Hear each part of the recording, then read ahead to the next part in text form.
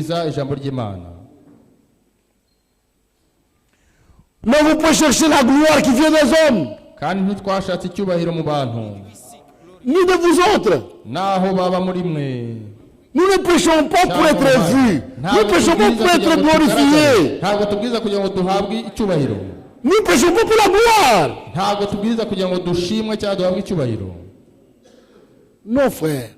Ntabwo ari byo bene data. Laissez Dieu Mureke Imana. donner la valeur à ce que vous prêchez. Imana ubwayiha agaciro ibyo ubwiriza.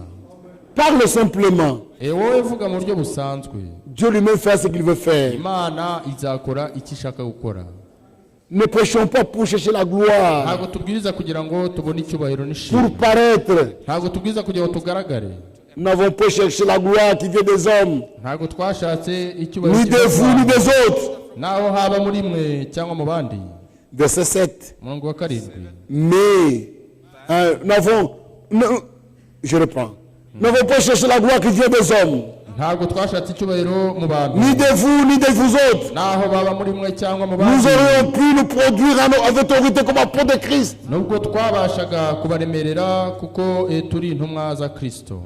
Moi je suis apôtre, Genda intumwa, genda intumwa. moi je suis enseignant, moi je suis ceci. Genda iki n'iki. Non frère, Oya bene data.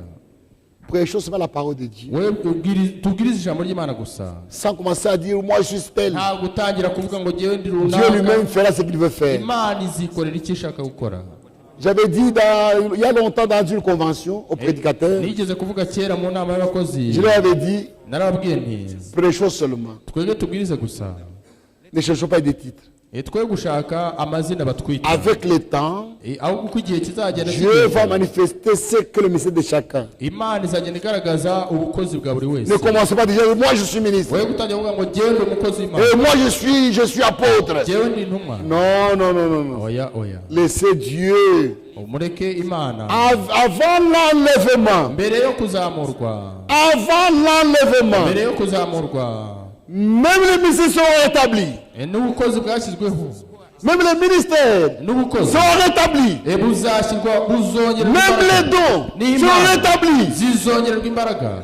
Soyez ne soyez pas pressés. Mwe kwihuta. Dieu mettra chaque chose à sa place. Imana izashyira ikintu cyose mu mwanya wacyo. Mais nous avons été pleins de douceur au milieu de vous. Ahubwo twitonderaga muri mwe.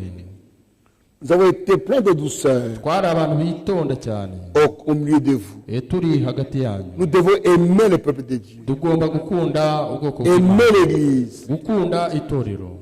Comme les parents à l'égard de leurs enfants. Nk'uko umurezi De akwiye même qu'ils kuya nourrissent, abana be. prend un tendre soin de ses enfants. Nk'uko umurezi akuyakuye abana be. Nous aurions voulu dans notre vive affection pour vous, Nicyo cyatumye non seulement vous donner l'évangile de Dieu, mais encore nos propres vies. Amen. Nicyo cyatumye mudutera imbabazi tukabakunda cyane tukishimira kutabaha ubutumwa bwiza gusa ahubwo no kubaha ubugingo bwacu. Verset 9. Vous vous rappelez frères notre travail et notre peine. Bene data mwibuke umuhati wacu. Nuit et jour à l'œuvre. Nuit et jour à l'œuvre. Nkuko twababwije ubutumwa bwiza. Pour mettre la chance à aucun de vous. Dukora ku manywa na nijoro kugira ngo hatagira. Nous vous avons prêché l'évangile. Muri mwe turemerera. Vous êtes témoins. Mwebwe n'Imana murabahamya. Dieu l'est aussi. Murabahamya mwebwe n'Imana. Que nous avons eu envers vous qui croyez une conduite sainte, juste et irréprochable. Uburyo twameranaga namwe abizera turabera dukiranuka kandi tutariho umugayo. Voyez, murabibona un ministre au milieu des gens dans l'église. Abakozi Paul dit, vous êtes témoins. Dieu l'est aussi. Que nous avons eu envers vous qui croyez une conduite sainte, juste, irréprochable. Irréprochable. Vous savez aussi que nous avons été pour chacun de vous ce qu'un père et pour ses enfants.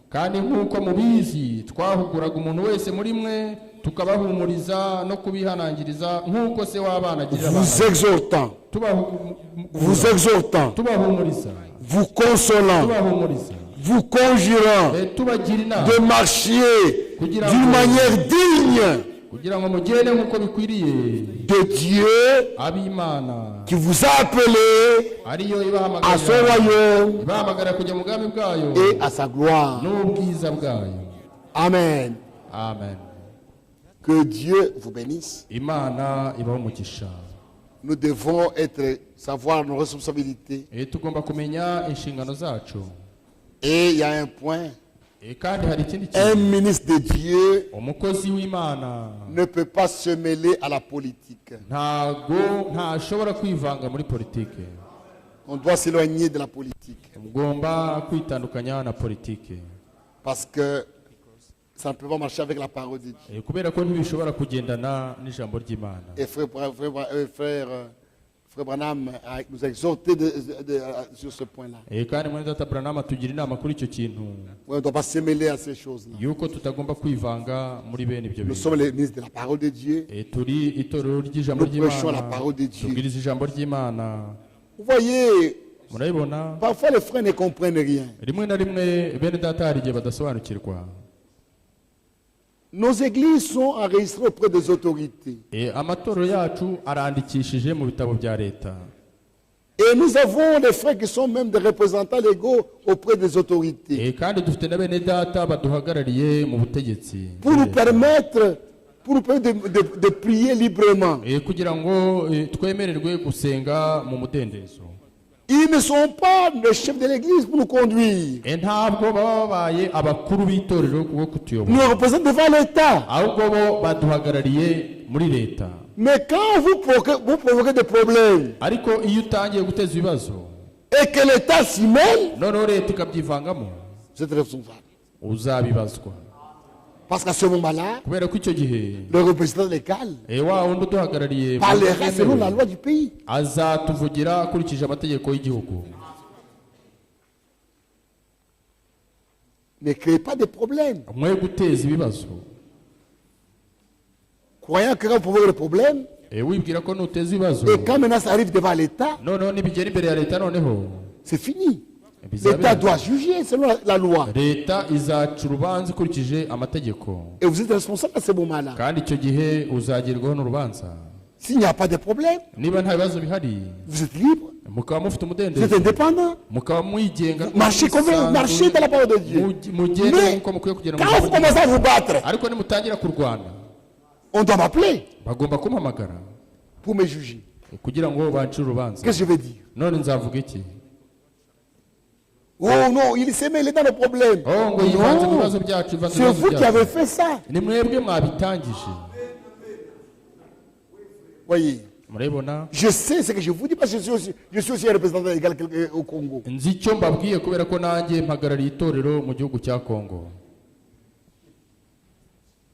Et nous vous disons, il faut faire attention. Kandi turababwira tuti bisaba Quand vous commencez à vous battre iyo mutangiye kurwana et que l'État intervient, leta ikazamo, le représentant doit répondre devant l'État. wa wundi ubahagarariye imbere ya leta niwe uzabazwa na leta. Et qu'est-ce qu'il va dire? Ese azavuga iki ubundi?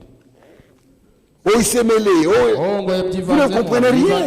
C'est vous qui avez provoqué des problèmes. nta gusobanukirwa, ahubwo ni mwebwe mwazamuye ibibazo, mwateje ibibazo.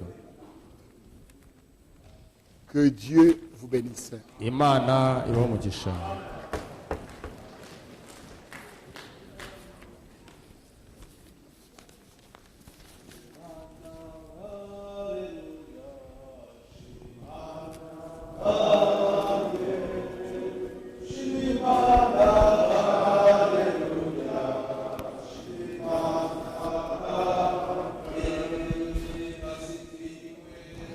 Au fou.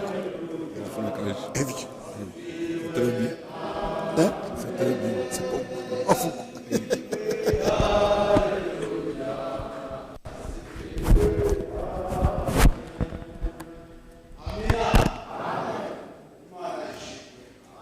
Que Dieu soit loué.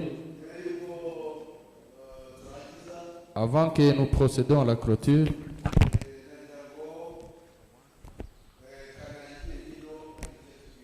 et j'aimerais inviter le frère Kana pour qu'il nous fasse des annonces. Et Et comme la parole de Dieu vient de nous le dire, quand tu as Dieu, tu as tout.